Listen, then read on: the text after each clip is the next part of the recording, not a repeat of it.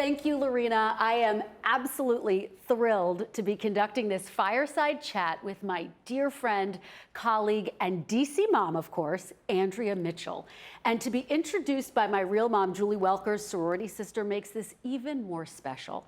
As two homegrown Philadelphians, we are just so pleased to be a part of this very special night to honor Philadelphia and its World Heritage City designation. And we're so sorry we can't be with you in person, but we are incredibly grateful to all of you who came out tonight to be here with us virtually and to support Global Philadelphia Association. Andrea has been a mentor to so many aspiring journalists, including myself, and to so many women across the newsroom. So we wanted to spend some time chatting about just that with all of you tonight. Andrea, congratulations. Well, thank you. This is such a great award. It's a beautiful award. I follow in the footsteps of so many wonderful journalists. Well, Andrea, and I'm grateful to Philadelphia. No one is more deserving, and it's an honor to be able to celebrate you. And I want to just jump right in and talk about all of your experiences in Philadelphia and also, of course, as a journalist and how Philadelphia helped to shape you. So let's start right there. In many ways, Philadelphia is where your roots are. You went to the University of Pennsylvania, and then you covered local politics, including then Mayor Frank Rizzo. So how did Philadelphia shape you and the journalist that you've become? Well, it gave me my start at WXPN at Penn, and then starting out as a reporter, then at KYW, All News Radio, and then covering Frank Rizzo when he was police chief, and then, of course, when he became mayor. It was tough. It was tough as a woman to be one of the few, if only women, certainly the first at KYW and then around the city, and to cover City Hall as I, climbed through the ranks. It was very tough covering Frank Rizzo. I'm not going to kid you. He was very popular, but he was very divisive, and it was a polarized city. He made it more so racially, ethnically, and he was really tough on women, certainly on minorities, and so that pit me against him on many issues, social issues that we were covering. It was the 60s and the 70s, tumultuous times. Well, he was tough against you, Andrea. He tried to have you fired multiple times. You have recounted this. I have seen some of those exchanges that you've had with then Mayor Rizzo. You never backed down. And I want to know where you found the courage to stand up to him in those one-on-one exchanges that you had, and where you found the courage to keep going when the mayor was trying to have you fired. Well, that's the wonderful thing about it, because I don't know what got me, gave me the strength, really. Some of it came from my parents, some came from my background at Penn, frankly, to be independent, to be strong, and to be a strong woman. But to be tough against him, I was protected. We had a fabulous, wonderful news director, then a man, of course, but this wonderful man never told me how often the chairman of the board of the company tried to fire me because Frank Rizzo called him. It was a company, Westinghouse Broadcasting, based in Pittsburgh. He would call the chairman of the board and, say, you got to get rid of this woman. And the chairman of the board would call down through the ranks to the news director and say, who is this woman in Philadelphia? What is she doing? And years and years later, when I was in Washington, a national correspondent for NBC News, I saw my news director, with whom I stayed in touch with, all the days of his life, and he told me that they tried to get me fired. Frank Rizzo tried to get me fired all those times. He never told me, and I asked, why didn't you tell me? And he said, I didn't want it to have a chilling effect. I didn't want you to hold back on your reporting. And I kept telling the chairman of the board and the mayor that if she ever does something wrong, we'll do something then. But until she gets a fact wrong, I'm not going to stop her. And you never got a fact wrong. Well, I don't know about that, but I do know that they really supported me. I had the good fortune, even now, up through now and today, tomorrow at NBC News and MSNBC, to always be supported by wonderful leadership in the news profession. What went through your head when you heard that you were being supported, even though you didn't realize it was happening at the time? I was very moved by it, and it made me realize how important it is to support others in journalism. Now that I have some seniority and can have some influence, internally and externally, professionally, to mentor other people and to give them support behind the scenes. I think it's really important. you paint this picture that, frankly, I think is tough for a lot of women these days to imagine, which is that you were the only woman in the newsroom in many instances, not always, but in many instances. Andrea, talk about what that was like. I want to delve into your mentorship because, of course, that's such an important part of who you are to me. But talk about what that was like. When I got to the DC newsroom, you were my first phone call. You didn't have an Andrea Mitchell to call. There were very few role models even on the national scene. There weren't women covering politics. We were segregated, sent to do social stories, social life, what they call women's issues, the women's page. It was a holdover from print journalism. And when we started covering politics, I remember once going to Harrisburg to cover a welfare rights organization on the front steps against the governor back in the 60s. And I tried to file my story for KYW radio, and I couldn't get into the newsroom, the Capitol newsroom, because the dean of the correspondence there said they didn't allow women in. I had to find a woman legislator who let me use her phone. So, women were just not accepted in the world of politics, and certainly not by Frank Rizzo in the city of Philadelphia when I was covering the police beat and then covering the school system, and then became the City Hall and political reporter. But that's where I also was given the opportunity to cover the national conventions in 1972, both Democratic and Republican conventions, for the Westinghouse Broadcasting Group to cover the debates in '76 with Jimmy Carter and Gerald Ford, to go on the road and cover big campaigns. It gave me my thirst for national politics as well. Well, all the more extraordinary that you were covering these incredibly tough beats. How did you convince your news directors in Philadelphia, but then, of course, on the national stage, once you arrived here at the network, to let you cover the stories you wanted to cover? Well, that was still tough for women. We did have one of my great mentors, Judy Woodruff, was our White House correspondent. So we had a few women who were breaking through, but not that many. And to cover national politics, to go to be a congressional reporter as I was, and now to cover foreign policy in the State Department and politics, we just had to have more people, more women do it and prove that we could do our jobs. How do you think all of those tough exchanges that you had with Mayor Rizzo, but other leaders in Philadelphia at the time, how did that prepare you for these remarkable exchanges we have seen with you and world leaders, secretaries of state? You've been dragged out of the room more than one time or told no more questions. Literally dragged out of the room in Damascus once by one of Assad's people, Assad's father's people. And, when I was going to Darfur with Condoleezza Rice, and she stood up for me in Sudan against that terrorist leader. She would not leave to go on to the next stop without getting an apology from the foreign minister that I was forcibly dragged out of a photo opportunity. But, it prepared me to cover the rough and tumble of Philadelphia politics. And there's no mistaking that for all of our wonderful Quaker background and the wonderful history of, what happened down in Independence Hall, we have rough and tumble politics in Philadelphia, and it was tough then. It's always been a big city, wonderful political mix of people, and that's what I loved about it. I love people. I love the neighborhoods. I love, the Reading Terminal Market, the Philadelphia Orchestra, the Art Museum, going to Fairmount Park. I mean, I just love West Philadelphia, where Penn is, and all of the wonderful places in South Philadelphia where we'd, shop for our food and meet people and talk on the street, the Mummers Parade. I mean, the city is so special. The heritage of Philadelphia is so special. And I think it prepared me for life, for covering national politics, for everything. You're naming so many of the places and people and things about Philadelphia that are so special to me as well. And I wonder, when you talk about the preparation, when you're in those moments, Andrea, where what you just described in Darfur, where you're literally being dragged out of the room, do you get scared?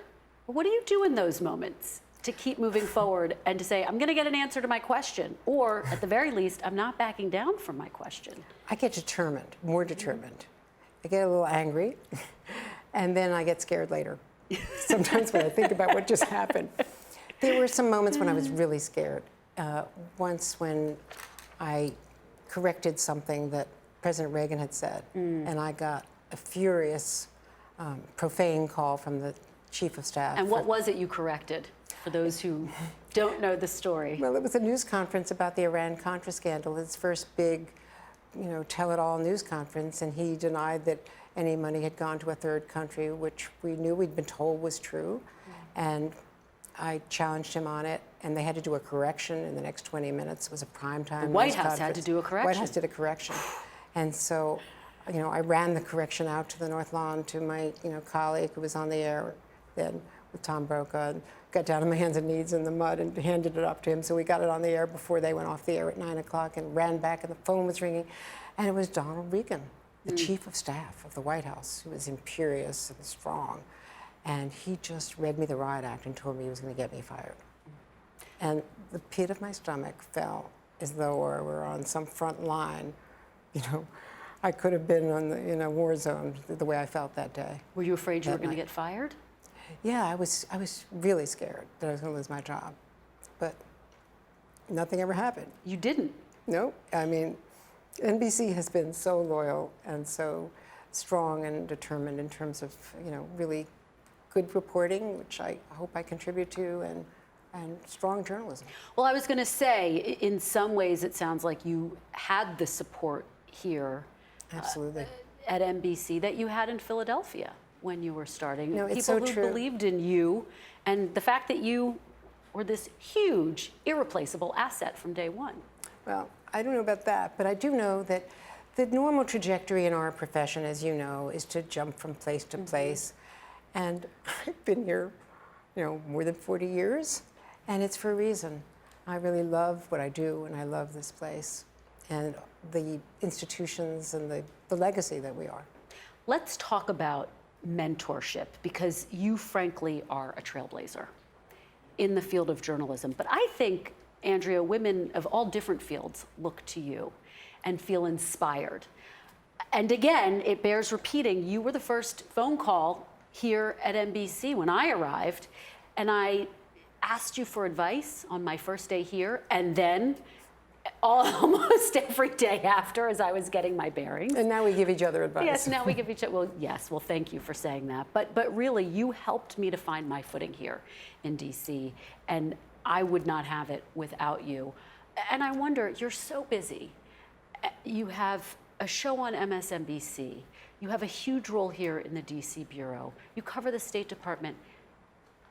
Why is it important for you to also be a mentor and to make sure that women are in other leadership roles? Well, when I first came here, there's a sisterhood. The few women who were here, Judy Woodruff was at NBC, but there was Cokie Roberts, the late great Cokie Roberts at ABC and NPR, and of course Leslie Stahl. And so we were kind of a band of sisters, and we had to stick together. We competed. Of course, we wanted to beat each other on stories, those at other against other networks. But we really, on the road, we were with the quote boys on the bus, and it was a rough political trail back then. And there was a lot of carousing by the men, and a lot of drinking and other stuff that went on. But the women were always talking about. I wasn't fortunate enough to have kids, but they were all raising children at home and worrying about childcare and everything else that they were doing. And we were worried about just getting through the day. The guys could fall off a plane after an overnight flight and go right on the air, but we had to figure out what to do with ourselves, and we were always helping each other. And that's still, when we covered the Clinton campaign together in 2016, that was so much fun. Yeah. And on the road together, but also on the road with the other networks, we'd all end up at the, at 6 in the morning before the Today Show, before their morning shows. The three of us network correspondents would be, in this little ladies' room together, combing each other's hair, and straightening each other up in order to go live on the morning shows after being up all night. Well, it's a sisterhood that I think you and Judy Woodruff and all of your colleagues you're talking about really laid the groundwork and set the example for us. We now have a sisterhood at the White House, among White House correspondents. We have women on every beat yes, right now. In and the it's Pentagon, exciting. Courtney Kubi, And just, I mean, our White House correspondents, are, better than all the other White House correspondents, not just because they're women, because they're smarter and better. Well, Andrea, when we look around at NBC, there are so many big names here. Yeah. Women in leadership roles, and they're there because they worked with you or because you mentored them. Libby Least is one that comes to mind, really at the top of that list, someone who you mentored. Sure. Michelle Perry, who is your executive producer. Leaders here at NBC, where are we when it comes to women in journalism and in leadership roles? Do you think where you would have liked us to be at this point? Well, we now have Rashida Jones, of course, who is the president of MSNBC, Yes. and a trailblazer for sure in her own right. We've had women presidents of NBC News as well. Savannah Guthrie, of course, first and foremost on the air, Yeah. and all of our other great colleagues, Kate Snow, Ann Thompson. I mean, think of all the women we've got now. It's exciting. Morgan Radford. I mean, there's just, I'm now mentioning a few, but there are so many, it's hard to mention all of them.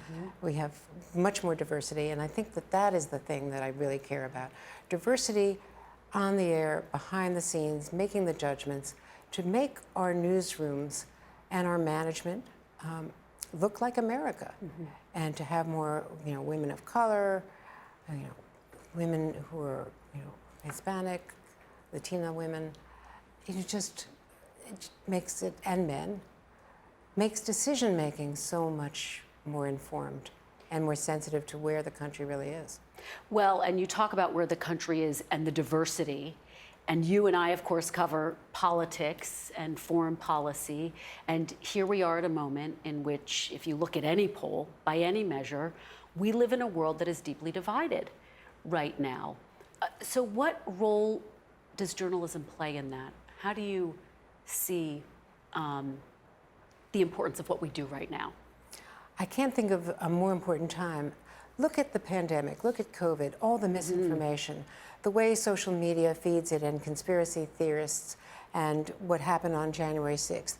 For us to be putting out information, making it explicable, talking to all communities, trying to break through a lot of the prejudices and misinformation that does get fed, but fed by people who are also not even realizing that they are inspired by Russian propaganda and Russian blogs. That Russian blogs that then feed these conspiracy theories. We then went back and with the University of Pennsylvania and Kathleen Hall Jamieson, she did a forensics study after the 2016 campaign and found specific rallies that we went to. One in Philadelphia, in fact, where we thought it was that we were covering a Black Lives Matter rally, and it was really a complete setup of people who were sent in to try to make trouble and exacerbate a Clinton rally, and one with Bill Clinton. All over the country, there were all kinds of people swept up by information that they didn't even know was false propaganda. And that's what we have to keep doing. We just have to keep digging harder and trying to reach more people.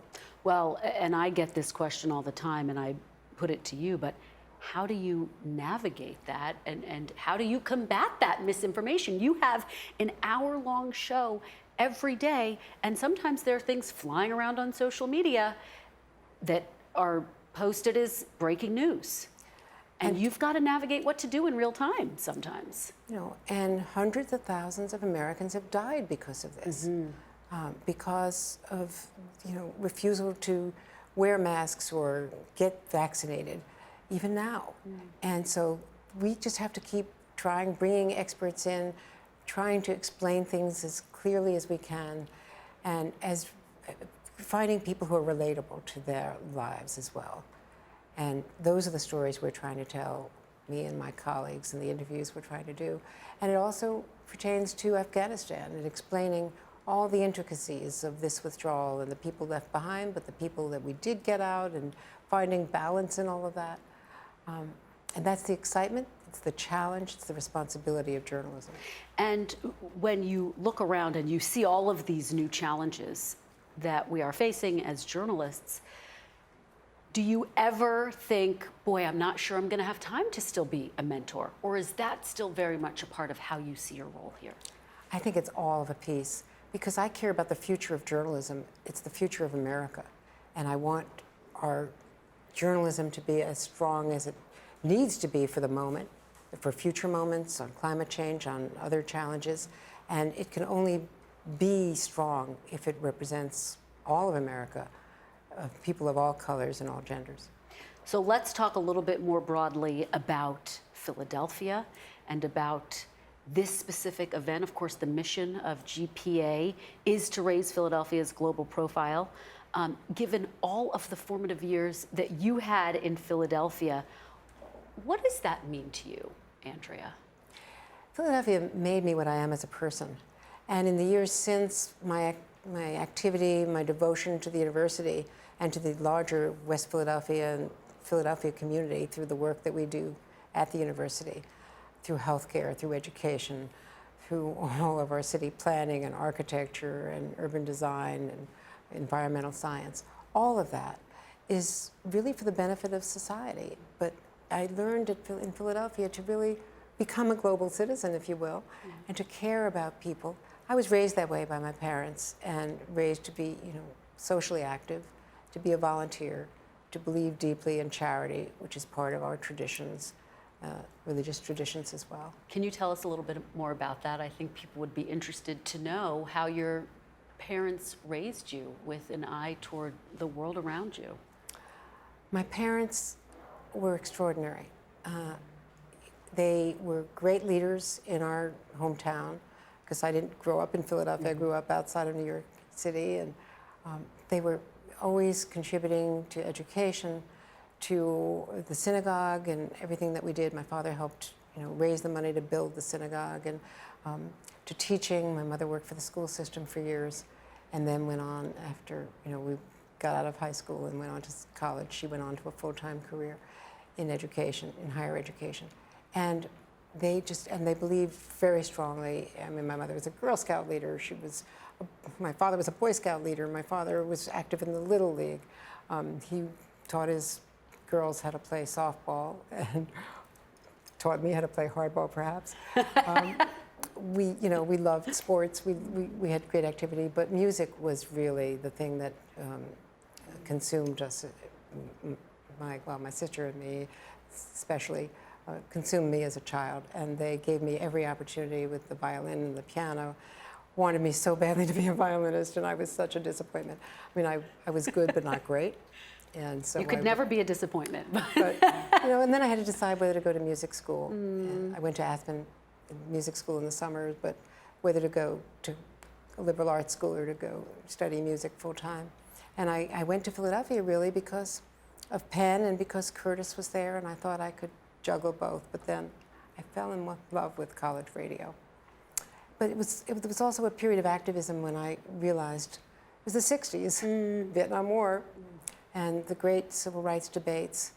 And I realized that if I was going to be a journalist, I had to not take sides. And so all of my fellow students and graduate students, when I was starting out as a journalist, were out there in marches and protests. And I knew that no matter what you believed or how you were raised, that you just were there to cover the story. And it was a revelation that you had in Philadelphia, which is remarkable in some ways, because here you are in a city that was, in many ways, the center of all of this debate and everything that was happening at the time. It was actually when my brother, who was my younger brother was a student at Penn, and he called one night and said, "We're having a candlelit light ceremony, protest at Independence Hall." Your own brother called. My own brother, and he picked me up, and I wanted to see what was going on, and it was a protest because of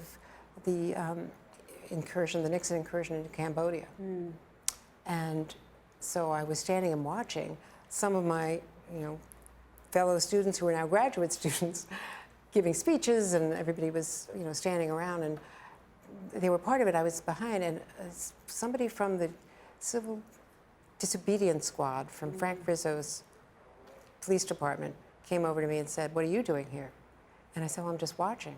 And he said, are you watching or are you a participant? And I realized that even being on the sidelines of a protest, off duty, was inappropriate as a reporter. And it's the last time I ever did something like that. It's an incredible memory. You paint all of those images and pictures and lessons that you learned in Philadelphia, and I wonder, against this context of Philadelphia being a global city, what are your impressions of Philadelphia then and now? Oh, well, it's transformed. Yeah. And it was frankly a very divided city. Black versus white. The police chief who turned mayor did not help that. He was very tough and antagonistic, and there was a lot of prejudice, a lot of racism in City Hall, even in the court system with some of the judges. I mean, it was a very tough town. And the place for juvenile detention was horrible. The prison, Holmesburg Prison, was shut down. They were all by reform movements who came and were appointed by the governor. There was a leader of the reform then who changed it completely. But now the face of the city has changed through years of really strong political leadership from both parties and from civic organizations. And I know it's a Democratic majority city, but there are some wonderful civic organizations, the Committee of 70 and others in the city.